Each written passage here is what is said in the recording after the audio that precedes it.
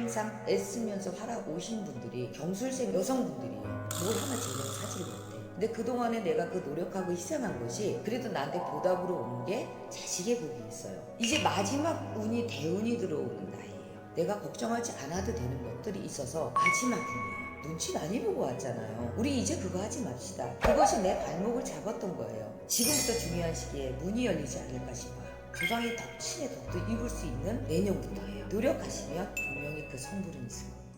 안녕하십니까? 네, 안녕하세요. 네, 그럼 제가 1970년생이시죠? 네. 56세가 되신 우리 개띠분들의 평생 운세 이야기 나눠보려고 하는데요. 네. 이분들 지금 이 나이까지 어떤 초년과 중년의 길을 걸어왔고 앞으로 어떤 말년의 운기가 기다리고 있을지 우선 우리 56세 개띠분들 떠올리시면 어떤 것들 먼저 생각이 나실까요? 좀 깊은 한숨이 나옵니다. 정말 가슴속에서 뜨거운 한숨. 왜 이렇게 얘기를 하냐면 뭐를 해도 안 되는 것 같아. 난 지질이 복이 없는 것 같아. 근데 또 뛰어야 돼. 걱정에, 고민에, 근심에 그냥 아둥바둥 혼자서 막 다 모든 걸 감당하고 사셔야 되고 안고 사셔야 되는 분들이라서 참 기쁜 한숨이 나온다는 얘기부터 나와요. 이분들 경술생도 생각하면. 이분들 정말 고생을 많이 하는 인생을 살아오신 분들이 많았던 것 같은데 네. 어떤 초년과 중년의 길을 걸어왔길래 그런 말씀도 나오시는 걸까요? 자리 지키려고 눈치 엄청 보면서 살아오셨어요. 만약에 장녀면 장남이면 무척 애썼고 또 위에 사람 때문에 눈치 보면서 또 부모님에 대한 애정이 많으신 분들이거든요. 되게 정도 많고 마음이 일단 너무 착해요.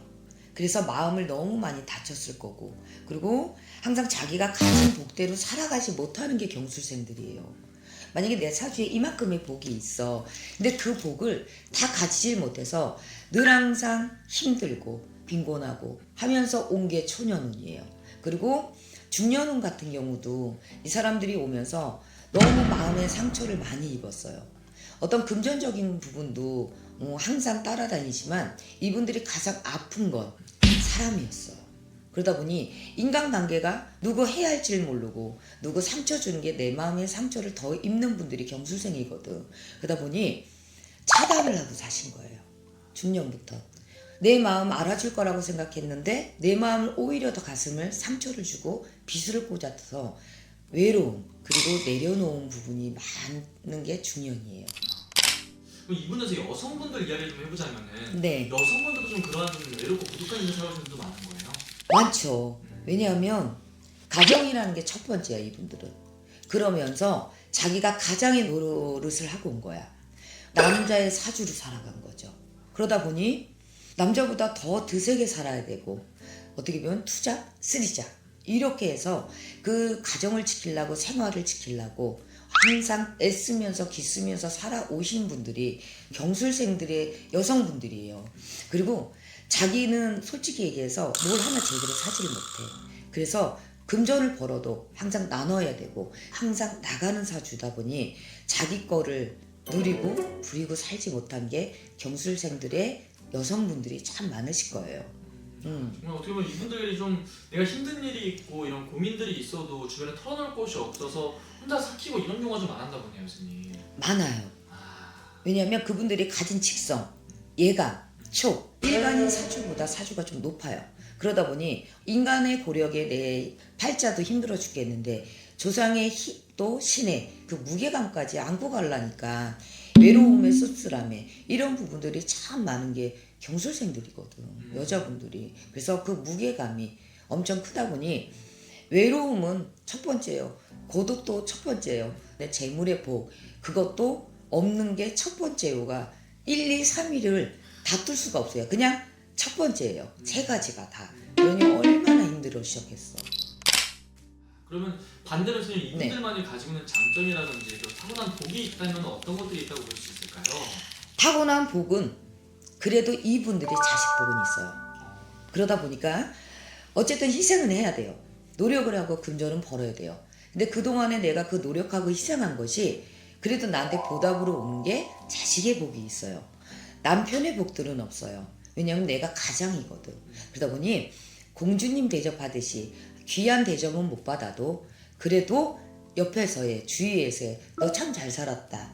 괜찮게 살았다. 이렇게 칭찬을 받을 수 있는 게 그래도 경수생들이 가지고 있는 타고난 복이에요. 그리고 타고나지 못한 복은 외로움은 그냥 깔려 있어요. 그러면 그 외로움을 없앨라 하지 마시고 그 외로움을 한번 즐겨보세요. 그럼 또 다른 행복이 분명히 있을 것 같아서 위로를 해드리고 싶은 마음이에요. 그래서 이분들 지금부터 굉장히 또 중요한 시기라고 볼 수 있을 것 같은데요. 진짜 앞으로 운이 좀 어떻게 될지. 이제 마지막 운이 대운이 들어오는 나이예요. 내년이. 근데 이건 있어야 돼. 경수생들이 끊을 사람들은 끊고 내가 정리를 못했던 정리 정돈만 잘하신다 그러면 더 끌고 갈 수 있는 무게감은 없을 거라고 봅니다. 그러다 보면 내가 나가지 않아도 되는 금전들, 내가 걱정하지 않아도 되는 것들, 이런 것들이 있어서 마지막 운이에요. 과거에 내가 이랬다 저랬다는 것 때문에 눈치 많이 보고 왔잖아요. 우리 이제 그거 하지 맙시다. 그것이 내 발목을 잡았던 거예요. 그러니 시속 한번 달려봅시다.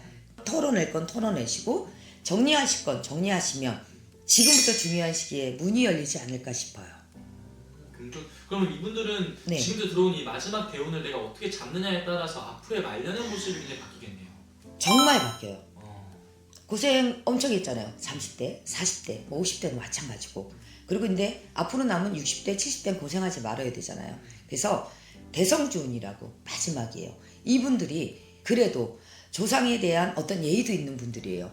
그동안에 빌었던 게 이제 나오는 결과물이 분명히 있을 겁니다. 그러니 조상도 신에게 물어 가시고 조상의 덕도 입을 수도 있고 신의 덕도 입을 수 있는 내년부터예요.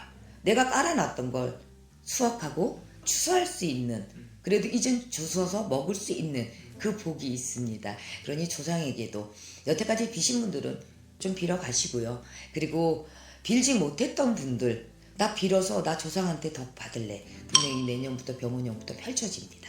좋습니다. 네. 근데 이 영상 또 보시는 분들 중에서 내년에 대운이 들어온다고 해서 내년에 되게 운기 좋대, 아싸 잘해봐야지 이렇게만 하고 끝내시는 분들도 많으실 것 같아요. 이게 어떻게 어떤 부분이 좋은지, 몇 월 달에도 좋고 어떤 걸 조심을 해야 되는지 자세한 거는 개별적으로 또 알아보는 게 제일 현명한 방법이겠죠, 선생님? 무척 현명하죠. 그리고 질문이 너무 감사합니다. 왜냐하면 나 대운 들었다요.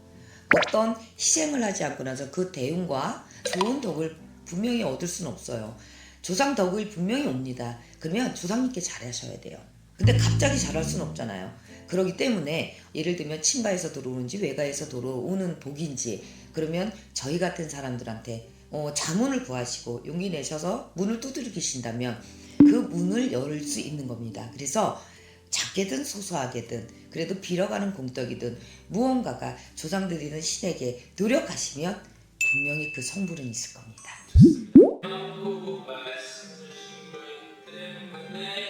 네.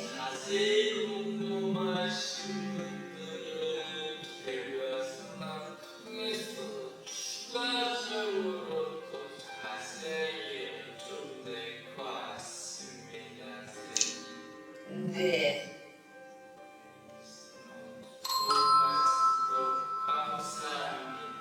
네. 감사합니다.